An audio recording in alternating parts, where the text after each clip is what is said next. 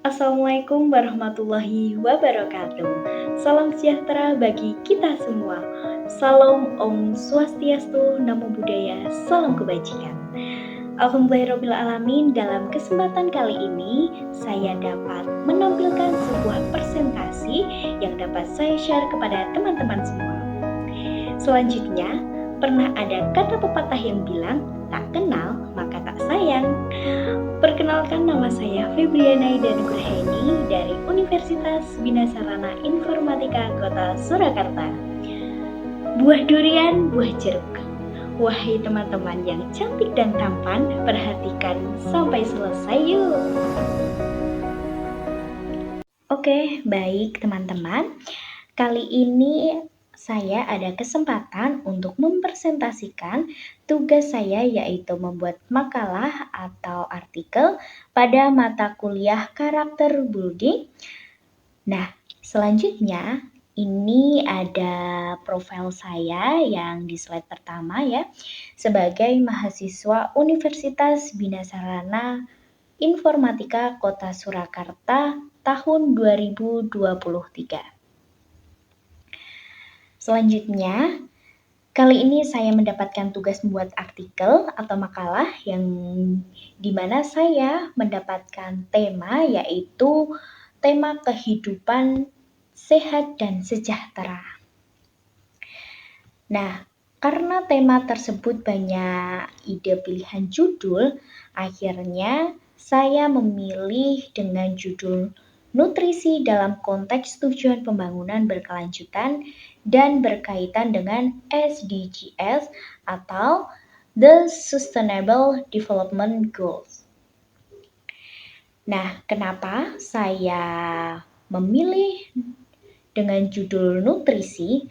Karena nutrisi sangat berpengaruh pada kehidupan manusia, yaitu dalam kehidupan kesehatan dan kesejahteraan. Selanjutnya, telah ada penelitian juga bahwa populasi global atau jumlah penduduk saat ini telah meningkat 200% dari sebelumnya, dari 2,6 miliar menjadi 7,6 miliar. Dan nantinya akan diperkirakan juga pada tahun 2030 diperkirakan menjadi 8 miliar dan tahun 2050 juga diperkirakan menjadi 9 miliar. Wow, begitu cepat meningkatnya ya teman-teman, diperkirakan. Dan populasi global ini sangat mempengaruhi di kehidupan.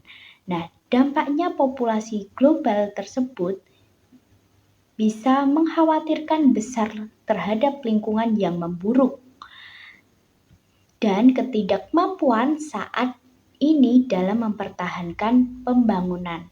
Maksudnya, kekhawatiran besar terhadap lingkungan dan memburuk ini contohnya seperti lingkungan semakin kurang terawat dan kesehatan manusia di sekitar pun juga semakin menurun, atau orang-orang saat ini kesehatannya sangat menurun karena lingkungan yang kurang terawat dan ketidakmampuan saat mempertahankan pembangunan. Jadi berkurangnya lahan itu juga mempengaruhi dan manusia pun saat ini harus membuat lahan untuk membuat rumah, dan ini bisa meningkatkan kemiskinan di masyarakat tersebut. Jadi sangat berdampak ya teman-teman. Selanjutnya juga pembangunan berkelanjutan guna memenuhi kebutuhan generasi mendatang. Nah, contohnya ini ada nutrisi.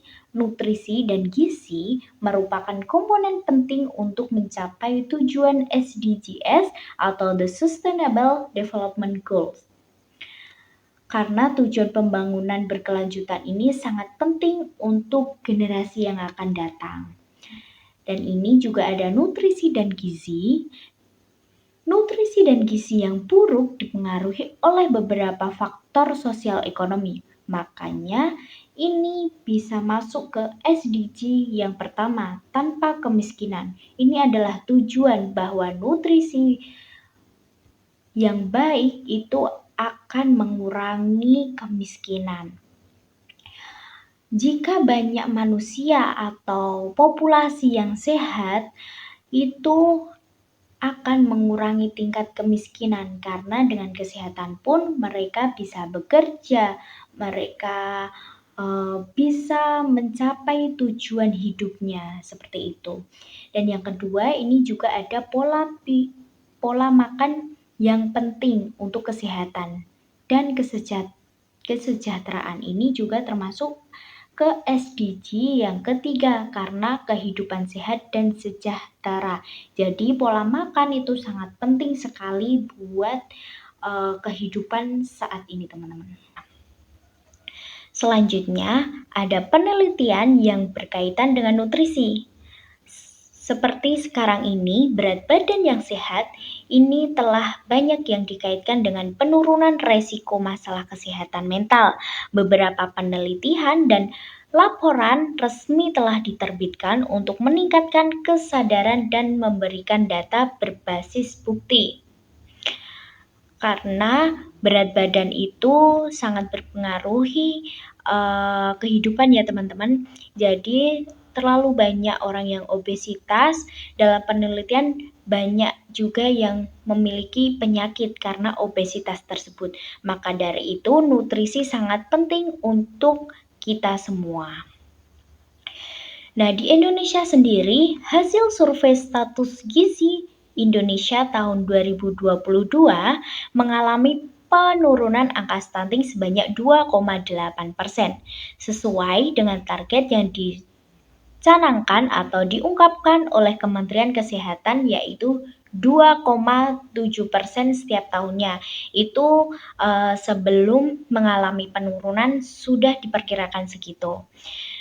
Seperti yang telah diungkapkan oleh Menteri Kesehatan kita yaitu Dr. Nila Juwita Farid atau Bu Nila Mulek, itu pentingnya peran nutrisi dalam kemajuan pembangunan bangsa bagus diagungkan dan dikedepankan oleh semua pemangku kepentingan pembangunan, tidak terbatas dan pemangku kepentingan di sektor kesehatan saja.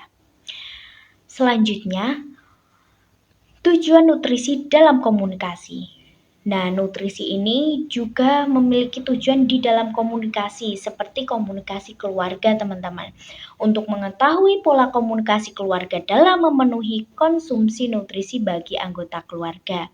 Jadi, ini sangat penting ya, teman-teman, nutrisi itu. Karena faktor internal yang menentukan pola komunikasi keluarga adalah waktu yang digunakan anggota keluarga untuk saling berkomunikasi, rendahnya pengetahuan ayah dan ibu tentang konsumsi nutrisi, serta keterbatasan ekonomi. Nah, jadi jika di dalam keluarga ini semisal ada ayah ibu itu kurang mengerti tentang adanya nutrisi untuk anak, itu juga berpengaruh untuk keluarga. Karena anak sendiri itu sebagai penerus generasi keluarga dan negara. Nah, itu tadi teman-teman kesimpulan dari beberapa hal yang sudah saya jelaskan. Nutrisi ini merupakan faktor penting yang mencakup semua SDGs terkait dengan kebijakan. Upaya perlu dilakukan di tingkat produksi untuk menyediakan pilihan pangan yang lebih mudah dan sehat di tingkat konsumsi. Karena untuk saat ini semua langkah dan kegiatan sudah dimudahkan dengan teknologi. Nah, saya mengambil sumber-sumber atau daftar pustaka dari yang sudah saya tuliskan di slide ini teman-teman. Pergi ke pasar lewat jalan raya. Sampai di sana membeli ikan. Sekian presentasi dari saya. Terima kasih sudah memperhatikan. Siang-siang bikin agar-agar. Bikinnya di rumah si aku. Terima kasih sudah mendengar. Akhir kata, wassalamualaikum warahmatullahi wabarakatuh.